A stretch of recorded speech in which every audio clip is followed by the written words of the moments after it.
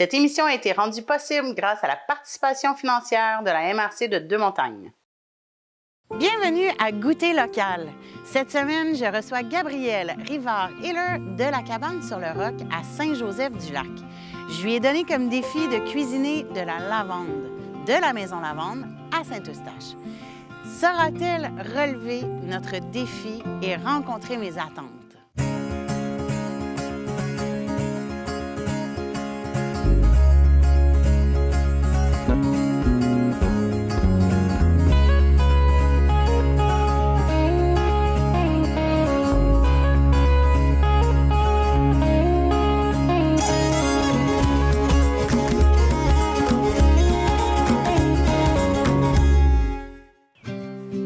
Allô Marjo! Salut! On est à la Maison Lavande. Bienvenue chez nous. Merci, c'est magnifique. Merci. Vous êtes dans la meilleure période. C'est le temps de la floraison, c'est ça qui est fantastique. Hein? Oui. Est-ce qu'on en parle un petit peu des petites pertes que vous avez eues? Bien oui, absolument. Bien, chaque année, on a des pertes. Ça, c'est inévitable. Ça fait partie des défis de l'agriculture. On dirait que, je sais pas, chaque culture a ses défis. Nous, on sait que chaque année, on a un nombre de plants qu'on va perdre. Par contre, cette année, ça a été différent parce que c'était la première année où on perdait des fleurs. Beaucoup, hein? Oui, exactement. Puis normalement, on perd plus le plant, puis son système racinaire au complet, mais là, c'est vraiment les fleurs parce que ce qui est arrivé, c'est qu'on a eu un gel tard, en mai. Et les nuits où ça a gelé, malheureusement, nous, on avait déjà des boutons de fleurs sur les plants et c'est ça qui a gelé en premier. C'est ça qui a causé du dommage. Mais somme toute, en sachant très bien que vous avez eu du gel sur les fleurs, il y en a quand même... c'est beau, ça sent bon. C'est magnifique. Puis on fait confiance en la nature parce que, voilà, c'est ce que ça donne au final. On a des pertes encore, mais il reste qu'on a une très belle floraison déjà. Puis là, c'est le temps. Oui. La période va durer jusqu'à quand à peu près? Normalement, la floraison s'étend jusqu'à la fin juillet, mais on a un champ de lavandin qui, lui, est une variété qui est différente, totalement différente, qui est plus difficile à cultiver aussi, mais cette année, juste pour nous faire mentir, il a été un peu plus facile. Il est magnifique, le champ de lavandin. Ça vaut la peine de venir le voir. Exactement. Il est plus haut aussi. Oui, le lavandin est toujours plus haut que la lavande fine anglaise, comme on cultive ici en grande quantité. Puis l'odeur est différente aussi. Pour les nez fins, c'est intéressant de faire la comparaison. OK. Est-ce qu'au goût, tu crois que ça serait différent aussi? On ne peut pas consommer le lavandin. Voilà, ça répond à ta question. Tout est répondu. C'est ça. Est-ce que c'est ce que vous utilisez plus en parfumerie? En fait, le lavandin, nous, on l'utilise pour faire des bouquets. Comme il est plus haut sur tige, c'est plus intéressant aussi de faire des bouquets avec ça. Sinon, la lavande fine, c'est ce qu'on utilise pour l'huile essentielle. Ensuite, l'huile essentielle est utilisée dans nos produits. Pour tous les produits comestibles. Et là, on vient aux produits comestibles, mais il y a des belles nouveautés aussi dans la grande famille Maison Lavande. Oui, bien, on a plusieurs nouveautés. Au bistrot, tu parles? Bien, au bistrot, on a aussi une nouvelle addition à... Oui. Exactement, oui. Donc, au bistrot, mettons, à plus petite échelle, commençons par là, on a une nouvelle offre. En fait, on a des scones maintenant au bistrot, donc à la lavande, et pas à la lavande aussi, pour permettre à tous de pouvoir manger puis déguster sans... tu sais, s'ils n'aiment pas le goût de la lavande, c'est correct aussi. Puis côté grosse nouvelle puis grosse acquisition, c'est tout autre. On a acquis notre premier terrain pour bâtir notre laboratoire officiellement. Notre propre labo. Des belles nouvelles pour la famille. C'est magique. Je vous connais, tu sais, puis je suis vraiment excitée pour vous parce que on passe à une autre étape. Absolument. Mais je reviens un petit peu en arrière avant la belle grande nouvelle. À ton bistrot aussi, tu offres une version végane de certains produits. Absolument. Ça, je pense que c'est important de le mentionner parce qu'on est rendu là aussi. Les gens consomment différemment. Exact. Oui, vraiment. Donc, il y a un des scones qui est végane totalement, puis étonnamment, moi, je suis pas végane, puis c'est mon préféré. Il est vraiment, vraiment délicieux. C'est chocolat noir. Oh, wow! Vraiment délicieux. Je vais devoir venir y goûter. Absolument. Dis donc, Marjolaine, les heures d'ouverture pour que les gens puissent venir profiter cet été-là, on est en juillet. Oui. En juillet, c'est l'horaire qui est le plus différent parce que c'est la période, c'est le meilleur mois pour venir nous visiter. Donc, tous les jours de 10h à 17h. Sinon, les jeudis, on est ouvert de 10h à 21h, mais qu'en juillet seulement. Okay. Sinon, tous les jours de l'année, 10h à 17h. Les champs, par contre, vont fermer après les récoltes. Oui, puis ça, on est vers la fin... Fin juillet, début août, je dirais. OK. Ouais. Mais ça vaut vraiment la peine, puis il y a une belle aire de détente. Tu sais, moi, pour vrai, j'aimais pas la lavande avant de rencontrer Florence. T'aimais pas? J'aimais pas la lavande. C'est bien drôle, Et pour vrai. Florence, quand je la voyais, elle sentait tellement bonne. Ah. Et là, maintenant, j'en mets partout. Mais tu sais, je pense que les gens ont comme une perception différente selon leurs souvenirs puis ce qu'ils ont senti dans leur vie. Puis, ouais, je pense on fait tout un travail en parfumerie aussi pour pouvoir apprécier, pour que les gens apprécient tranquillement la lavande aussi. Tu sais, on crée des assemblages de fragrances aussi. Fait que c'est pas que la lavande comme on le perçoit de nos grands-mamans, par exemple. Tu sais, on entend beaucoup ça. Mais j'ai eu, à un moment donné, là, mon cœur se rebellait, là, puis tout ce qui était trop parfumé, le gingembre, la lavande, j'aimais pas ça. Exact, je le comprends vraiment. Mais là, écoute, Florence est rentrée dans ma vie il y a quelques années, Oui. puis elle sentait toujours bonne. C'est beau. Mais ça sent vraiment bon. Oui. Quand c'est naturel comme ça. C'est utilisé avec parcimonie, j'ai envie de dire. Autant dans la cuisine, on pourra en reparler, mais quand c'est utilisé avec parcimonie, c'est là qu'on a la clé puis qu'on réussit à faire des assemblages autant au niveau fragrance qu'au niveau gourmand. Puis, Marjo, une dernière question pour toi. Est-ce que tu as l'écoute. des attentes par rapport au défi culinaire que je vais lancer à notre chef? Bien, juste que ce soit bon. Parce que, je vous le dis, là, c'est plate mon affaire, mais juste que ce soit bon parce que c'est quand même difficile. À cuisiner. Ah oui, moi je trouve, parce que justement, ça nécessite de l'utiliser avec parcimonie. Puis parfois, c'est facile de vouloir en mettre plus parce qu'on est comme, c'est tellement délicat, c'est une petite fleur qu'on infuse, tu sais. Il y a plusieurs étapes, mais au final, ça a un goût quand même assez prononcé. Fait que je crois que c'est le défi numéro 1. À voir. Espérons que tu seras satisfaite. Espérons-le, mais j'ai bien confiance quand même. Merci beaucoup, Merci. Marjolaine. Après l'incendie qui détruisit le petit séminaire en 1881, son directeur Nantel fit le vœu d'ériger un oratoire à Saint-Joseph si l'édifice était reconstruit. Inauguré en 1888, l'oratoire servit de lieu de pèlerinage. Il abrite les restes du curé Ducharme, fondateur du petit séminaire. La télévision des Basses-Laurentides, le média régional au service de sa communauté. Une programmation diversifiée dédiée aux citoyens de sa région où le local est à l'honneur.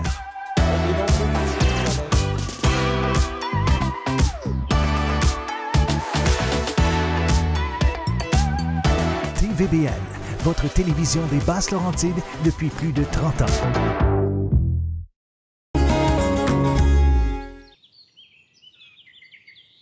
Je m'appelle Gabrielle, je suis pâtissière, aussi récemment séricultrice depuis 4 ans, depuis que j'ai démarré ma petite entreprise. Mon entreprise s'appelle La Cabane sur le Roc. C'est parce que ma petite cabane à sucre, je l'ai construite sur un cap de roche. À partir de la mi-juin jusqu'à la mi-octobre, on ouvre la fin de semaine sur place, les gens peuvent venir. Puis ensuite, au cours du mois d'octobre, on ferme. Puis là, vraiment, on rentre dans un mode virtuel. Aujourd'hui, bien, on m'a donné un ingrédient secret, la lavande, que j'avais rarement travaillé, là, pour être bien honnête. Donc, j'ai décidé d'y aller simplement. On va faire un petit gâteau au citron qui se mange très bien dans un champ de lavande avec un thé glacé, rhubarbe et lavande. Gabrielle, qu'est-ce qu'on fait aujourd'hui? On fait un dessert à la lavande. Donc, on va faire des petits gâteaux citronnés. Bien, citron et orange. J'ai mélangé un peu les deux agrumes. Ça va super bien avec la lavande. Puis ça se mange bien dans un champ de lavande sur une couverture de pique-nique. Puis pour nous rafraîchir, un thé glacé à la rhubarbe parce que c'est encore un petit peu le temps de la rhubarbe. Qu'est-ce qu'on fait? Super simple. On va commencer avec la recette des petits gâteaux. OK. C'est un peu comme une recette de madeleine. Fait que les ingrédients se ressemblent. Une pâte assez riche. Il y a beaucoup d'œufs, il y a beaucoup de beurre. Mais ça fait un petit gâteau sec qui fond dans la bouche et qui se garde longtemps. On aime ça, des petits gâteaux secs qui fondent dans la bouche. Mais, hein? On va commencer par casser les œufs. OK. Non, je les casse ici. On va les fouetter avec du sucre. Là, on pourrait prendre du sucre blanc, mais moi, comme je fais mon sucre d'érable et je cuisine avec le sucre d'érable presque uniquement, bien, c'est ce que j'utilise aujourd'hui. Ça donnera pas de goût d'érable vraiment à notre petit gâteau. Tu vas voir, là, tantôt, quand tu vas goûter, c'est pas... Et là, tu vas battre tes œufs avec un sucre? Oui, là, la lavande, c'est ça. La lavande, hein, c'est une fleur. C'est des petites fleurs comme ça, mais ça reste... je trouve que c'est assez grossier comme texture à mettre dans un gâteau. Donc, il faut soit l'infuser ou la broyer pour développer sa saveur. Dans ce cas-ci, moi, j'ai pris mon sucre d'érable, puis avec un petit moulin à café, je l'ai broyé, OK. la lavande, dans le sucre d'érable. Fait que ça donne un sucre très fin. Il va se dissoudre super facilement, puis la lavande est vraiment en poudre, là. Donc, le sucre d'un coup, on mélange. Là, je mélange doucement au début, là, pas que ça me revole dans la figure. Mais je vais y aller un petit peu plus violemment après. Le but, c'est d'incorporer un petit peu d'air, puis vraiment de faire fondre le sucre dans les œufs. Donc, c'est ce qu'on fait. On va mettre notre petite touche d'agrumes aussi. Là, j'ai du jus d'orange. OK. On aurait pu mettre du jus de citron. On met comme peut-être une cuillère à soupe. Puis du zeste fin de citron. Encore là, moi, j'ai la main lourde, là. Mais peut-être le zeste de 2 citrons. J'ai pris une microplane. Tu sais, les petites grattes fines, là, comme on utilise pour le gingembre ou les Le autres agrumes, parmesan, là. moi, je Oui. l'utilise beaucoup pour le parmesan, Oui, faire mes c'est zestes vrai. également. Un pain de sucre d'érable là-dessus, ça fait des beaux flocons. C'est super Vraiment. beau. Donc là, mes œufs sont bien fouettés avec le sucre. On voit bien la lavande. Elle est partout, en petits morceaux. On va ajouter une quantité de farine. Farine tout usage, là. Farine à pâtisserie, ça pourrait faire aussi. Mais pas de farine à pain. Pas de farine à pain OK. parce qu'un peu plus de gluten, ça donnerait une pâte un petit peu plus... moins moelleuse, en tout cas. Ça, bien, c'est une recette... C'est tiré d'une recette de madeleine. Fait que ça pourrait être dans un moule à madeleine aussi. OK. Des petits moules à muffins. Prenez ce que vous avez à la maison, là. Ça fonctionne dans tout, sauf pas dans Il faut un pas que gros ça moule soit à un pain, gros là. moule. Non, OK. c'est ça. L'idée, c'est que ça soit un petit gâteau. Donc, puis pour avoir notre effet aussi... la petite bosse au milieu, là, mais il ne faut pas qu'on ait trop de pâte non plus. Il faut que ça cuise très rapidement à four chaud. Donc là, ma farine, elle est mélangée. Je ne veux pas trop fouetter non plus parce que, encore là, je veux garder mon gâteau moelleux. On a le beurre fondu. Même plus de beurre que de farine dans ma recette.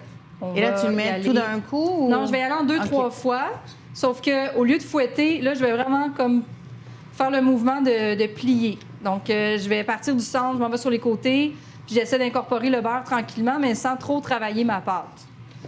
Un peu comme, tu sais, quand on ajoute des blancs d'œufs montés à une recette pour y ajouter de la légèreté, Il faut, mais ça serait ce mouvement-là. Là, mon beurre est fondu, il n'est pas chaud, mais il est tiède. OK. C'est important qu'il y ait une petite chaleur parce que mon appareil ici est quand même froid. Là, si j'ai un beurre qui est sur le bord de figer, bien, en le mettant là, il va faire plein de petits grumeaux de beurre. Des fois, on se dit, ma recette est grumeleuse, comment ça? C'est parce que le beurre est figé. La fin du beurre, c'est fini. On aurait pu gratter un peu la casserole, mais le gars, Pour les besoins de la Pour les cause, aujourd'hui, besoins, on fait un petit gâteau c'est ça. Pas moelleux, compliqué. onctueux. Ça va donner une pâte assez souple, assez liquide, OK. parce que le beurre était fondu. Ce qu'on va faire, c'est qu'on va la faire reposer, un peu comme une pâte à madeleine. On essaie de la faire reposer une journée au réfrigérateur. Donc, ça va vraiment la faire reposer. La lavande, la saveur va se diffuser. Puis la poudre à pâte va faire un petit peu son effet. Donc, ça, c'est la pâte terminée. On l'envoie On l'envoie au au frigo. réfrigérateur. Magie instantanée. La pâte pâte est là. réfrigérée dans une poche à pâtisserie. Dans une poche à pâtisserie, ça s'est fait au courant de la nuit dans le réfrigérateur. Et le voici. moule, beaucoup trop gros pour un four de maison. Mais Il est magnifique. ce chez nous, ça moule-là. marche. Je vais pas les monter jusqu'en haut. L'idée, c'est de tapisser le fond. OK. Là, c'est ça. On vient juste Vraiment faire juste une le couche fond. dans le fond. C'est supposé m'en donner 8, là. Vraiment juste tapisser le fond de chaque Ouais, on dirait à peu près, là, un pouce et quart d'épaisseur. d'épaisseur. OK. Exact. Si on a un moule à madeleine à la maison, ben on fait comme d'habitude, on le remplit aux 2 tiers, là, parce que le moule est plus petit. Mais ici, je veux pas faire un cake non plus, là. Le but, c'est vraiment d'avoir un petit lingot assez plat, parce qu'on va le glacer tantôt, puis ça va être quand même assez sucré. On va se faire un thé glacé rhubarbe et lavande après. Donc, j'ai gardé la rhubarbe qui a servi à faire mon sirop de rhubarbe et lavande. Puis, elle est comme un peu confite dans le sucre. Fait qu'on pourrait venir en ajouter. Viens donc, est-ce que pour, j'ai le droit d'y goûter? Ben oui, tu as le droit, certain. Merci, Gabrielle. Certainement. J'espère que c'est bon. Mon Dieu, que ça goûte bon, ça. Puis là, ben, on pourrait venir mettre peut-être 2 petits tronçons de rhubarbe par Sur ton gâteau. petit gâteau. Mais le but, c'est de réutiliser ça. Tu sais, on fait un sirop de fraise, un sirop de rhubarbe pour des cocktails. Bien, il reste un fruit qui a été comme un peu compoté. Puis ça marche dans toutes les recettes. Là, on l'enfourne dans notre four trop petit.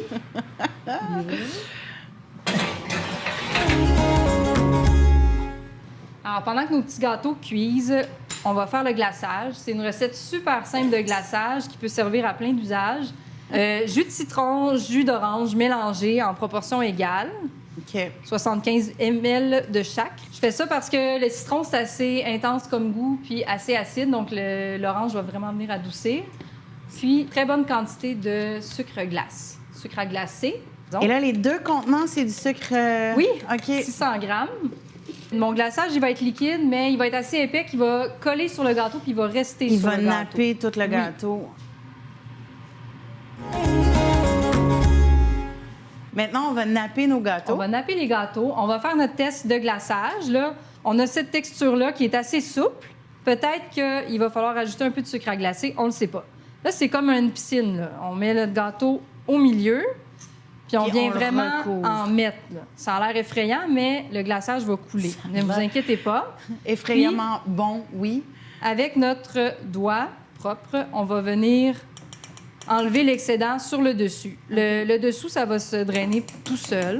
On fait un petit peu comme quand on fait de la chocolaterie là, avec une fourchette. On vient égoutter, on vient racler le fond sur le côté de notre cul de poule. Puis, on va venir déposer le petit gâteau sur la grille. Puis là, l'excédent va vraiment couler. Puis le reste va figer sur le gâteau. Ça va faire un petit glaze tout fin. Ça a l'air vraiment bon, Gabrielle. C'est très... Gourmand dans le chef. Ici, elle a vraiment hâte d'y goûter. Et là, après avoir nappé les gâteaux, la prochaine petite recette qu'on fait, c'est une limonade rhubarbe et lavande. Oui, pour compléter, pour manger tout ça, on va avoir notre thé glacé à la rhubarbe et lavande. Petite fleur de lavande en finition. Et c'est tout. Une fois que ça a figé, là, je les aurais laissés un petit peu plus longtemps normalement. Là. Mais on peut venir les déposer sur une assiette. Puis, les garder température pièce, bien important, pour pas que le glaçage se réhumidifie. La télévision des Basses-Laurentides, le média régional au service de sa communauté. Une programmation diversifiée, dédiée aux citoyens de sa région où le local est à l'honneur.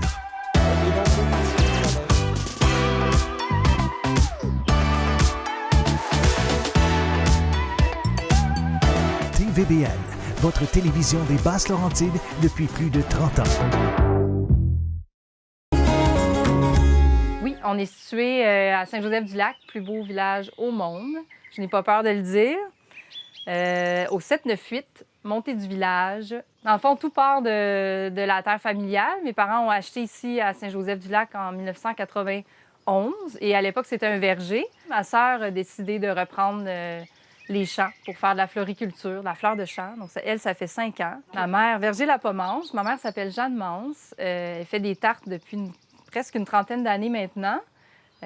Donc, toutes sortes de tartes aux fruits, aux pommes principalement. Puis, on partage nos locaux. C'est elle qui me fait un petit peu de place dans sa cuisine pour que je puisse commencer mon projet. Bien, mon projet tourne autour de l'érable, puis des produits de la région. En 2017, j'ai décidé de prendre... Il y avait une érablière déjà qui était là, mais pas exploitée. C'est une très petite terre où est-ce qu'on est. Moi, j'ai 1200 entailles. Fait que le but, c'est de pouvoir produire mon propre sucre parce que dans mon passé de pâtissière, j'ai travaillé à la cabane à sucre au pied de cochon pendant presque 7 ans. Puis vraiment, on travaillait l'érable de toutes les manières. Donc, je voulais vraiment continuer ça avec mon background de pâtissière, d'être capable de produire mon propre sucre puis de tout sucrer mes produits à l'érable. C'est un peu compliqué, mon horaire. Donc, il n'y a pas de boutique sur place. C'est très petit. J'ai commencé avec l'ouverture d'un site Internet, puis de la vente en ligne. Donc, on expédiait par la poste des petits produits à l'érable. Puis l'été, bien, j'ai vu qu'il y avait quand même une demande. Il y a beaucoup de gens qui circulent dans la région. C'est très touristique. Beaucoup d'entreprises agroalimentaires. Fait que je me suis dit, bien, on va ouvrir un petit kiosque, genre de guinguette. Tu sais, une petite place là, où est-ce qu'on peut prendre un café, une brioche, une crème glacée. Puis là, je pourrais vraiment m'amuser à faire des produits frais avec les fruits de la région. J'ai pas des gros projets d'expansion ou de grosses ambitions. Là. En réalité, c'est de trouver un équilibre dans tout ça. C'est de continuer à travailler les produits de la région puis arriver à en faire une vie qui a de l'allure. Gabrielle, là, pour déguster nos délicieux petits gâteaux, on se fait une rhubarbe lavande. Oui. On se souvient de la rhubarbe que j'ai utilisée tantôt pour mettre dans le gâteau, là, la petite compotée de rhubarbe. On se fait une limonade, c'est bien ça? Oui, donc on va OK. partir limonade, c'est sûr, qui dit limonade dit citron. Donc on a un petit peu de jus de citron. Pas beaucoup parce que la rhubarbe, c'est acide en elle-même. Donc on va la respecter. On se fait un petit sirop de rhubarbe. La couleur, elle est magnifique là, quand on cuit la rhubarbe. C'est pas très compliqué. La rhubarbe en tronçon, une petite partie de sucre. Là, j'ai mis un petit peu de sucre d'érable. On amène à ébullition, puis on va laisser bouillir 30 secondes. Juste quand on voit que la rhubarbe elle commence à compoter, on arrête. Parce qu'on veut pas faire une compote. On veut vraiment drainer le jus Prendre le qu'on jus a de la généré. rhubarbe. Là, j'ai mis la lavande aussi. Normalement, je ne l'utilise pas, mais là, cette semaine, c'est la lavande. Donc, on met la lavande en même temps que les tronçons et le sucre pour que ça ait le temps un petit peu de chauffer. Est-ce qu'on ajoute un petit peu d'eau? J'en ajoute un petit peu au début pour laisser le temps à la rhubarbe de faire son jus. OK. Fait qu'on parle de peut-être un quart de tasse d'eau, là. C'est juste pour que ça couvre le fond de la casserole. Ça évite au sucre de caraméliser, brûler. Là, on a fait frémir, si on veut, notre rhubarbe avec un Oui. petit peu d'eau, un petit peu de sucre. Oui, le sucre fait sortir le jus de la rhubarbe. En réalité, c'est juste ça. On veut sortir le liquide de la rhubarbe, puis le fruit, on veut pas le compoter. Fait qu'on le garde OK. tel quel. Une fois que c'est fait dans notre petite casserole, on vient verser dans un chinois étamine ou un tamis à la maison. Puis on foule pas. Donc, on n'appuie pas avec une louche pour presser le fruit. On veut juste que ça s'égoutte par gravité. Ça peut prendre une petite demi-heure, 40 minutes sur le comptoir. On le laisse Vous laissez ça égoutter. se faire tout seul. Puis ça va donner un jus comme ça. Puis là, devant toi, qu'est-ce que c'est? Qu'est-ce que c'est l'ingrédient mystère? Le thé. Donc, un thé noir. Moi, j'aime beaucoup le thé Earl Grey, très conservatrice dans mes choix. On met ça. Ça peut être directement dans un pichet là, à la maison. On met le sirop de rhubarbe. Donc, on a 500 ml de thé ici. On a 300 ml de sirop de rhubarbe. Puis là, c'est au goût, le citron. On pourrait rajouter un peu d'eau aussi si on trouve que c'est trop intense. Moi, j'aime mettre beaucoup de glaçons à la place. Le petit citron. On mélange les glaçons. J'y vais avec les mains. Devant les clients ou les invités, prenez des pinces.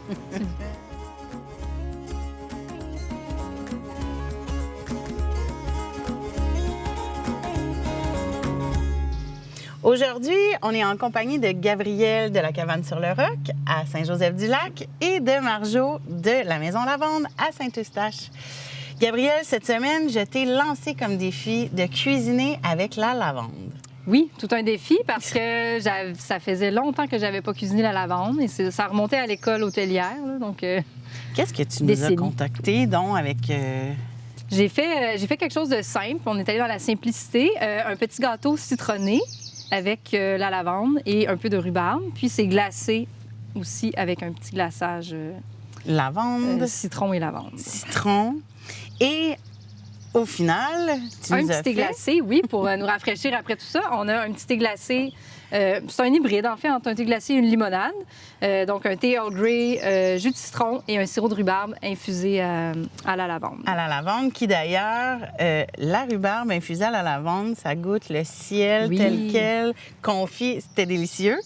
Mais en fait, avant de déguster, Marjo, est-ce que c'est facile cuisiner avec la lavande? Bien, ça me rassure beaucoup que tu dises que c'est pas si facile que ça parce que de nos expériences, puis on n'est pas chef, là, on trouve que c'est immensément difficile de cuisiner avec la lavande parce que la lavande, ça a un goût hyper prononcé. Puis il faut comme l'utiliser avec parcimonie puis de créer un équilibre des saveurs. C'est quand même... En tout cas, nous, c'est pas tâche facile. On réussit sur certains produits puis on a beaucoup de plaisir à l'essayer, mais là, j'ai vraiment hâte de voir... goûter ça, je me peux plus. Citron-lavande, c'est un mariage qui Qui est me parle. parfait, là. Ouais. Oui, bien Vraiment. déjà, tu vois, derrière le sachet de lavande, là, il est indiqué que ça va bien avec le citron. Donc, moi, ça m'a Absolument. conforté un peu dans mon. Ça fait dans partie mon des idée, là. affinités de saveurs, les Oui. agrumes, citron surtout, hein, avec Exact. la lavande. Même la fraise, ça doit être. Fraise et lavande. Ça doit Petit être, fruit lavande, c'est assez débile aussi, mais Ben là, regarde. on peut parler de Ouais, plein de c'est ça. mariages, mais là, moi, Mangeons. je salive. Est-ce qu'on goûte? Oui, Oui, je sais pas allons-y. si, vous entendez mon ventre gargouiller, mais depuis que c'est arrivé sur la table, c'est encore plus fort. Parce que c'est beau. Oui, c'est Hey, magnifique. Allons-y. Marjo, je t'invite à prendre un petit Avec mes cake mains avec tes toutes. mains. On peut, J'adore. là, c'est un peu collant. On est peut dans le- la simplicité. On peut hein? l'ouvrir aussi. Ou pas, hein? Je pense que moi, je vais être capable de... Ah, manger juste ça. comme ça. On voit pas la lavande, d'accord? Pour vrai, là, j'aurais dû prendre une moins grosse bouchée. Ah oui? Ça se peut pas. C'est, mais tu vois, Ça pourrait goûter encore plus la lavande, je pense. Mais non, Parce que le citron prend un peu le dessus, là. en fin de bouche, le parfum de lavande, il Exact. revient. C'est comme Gabrielle, une petite touche florale qu'on découvre comme à la fin, comme en surprise, mettons. c'est J'adore. vraiment génial. Tu peux prendre un autre bouchée, mais on va parler aussi Ah, OK. du thé limonade. Oh, pardon. Mais non, C'est vraiment autre chose à parfait. Et pour finir, on a le thé limonade hybride. Puis on a mis la petite fleur de lavande en décoration parce que c'est magnifique. aussi beau que c'est bon. Là. Oui. Je pense que Et oui. allons-y. OK. Et moi, j'adore, c'est rafraîchissant. Oui, c'est pas trop sucré. Le but, c'est vraiment que la rhubarbe... C'est désaltérant Ressorte, comme ça se là. peut pas. Là. Ça, c'est le drink de l'été, je pense bien.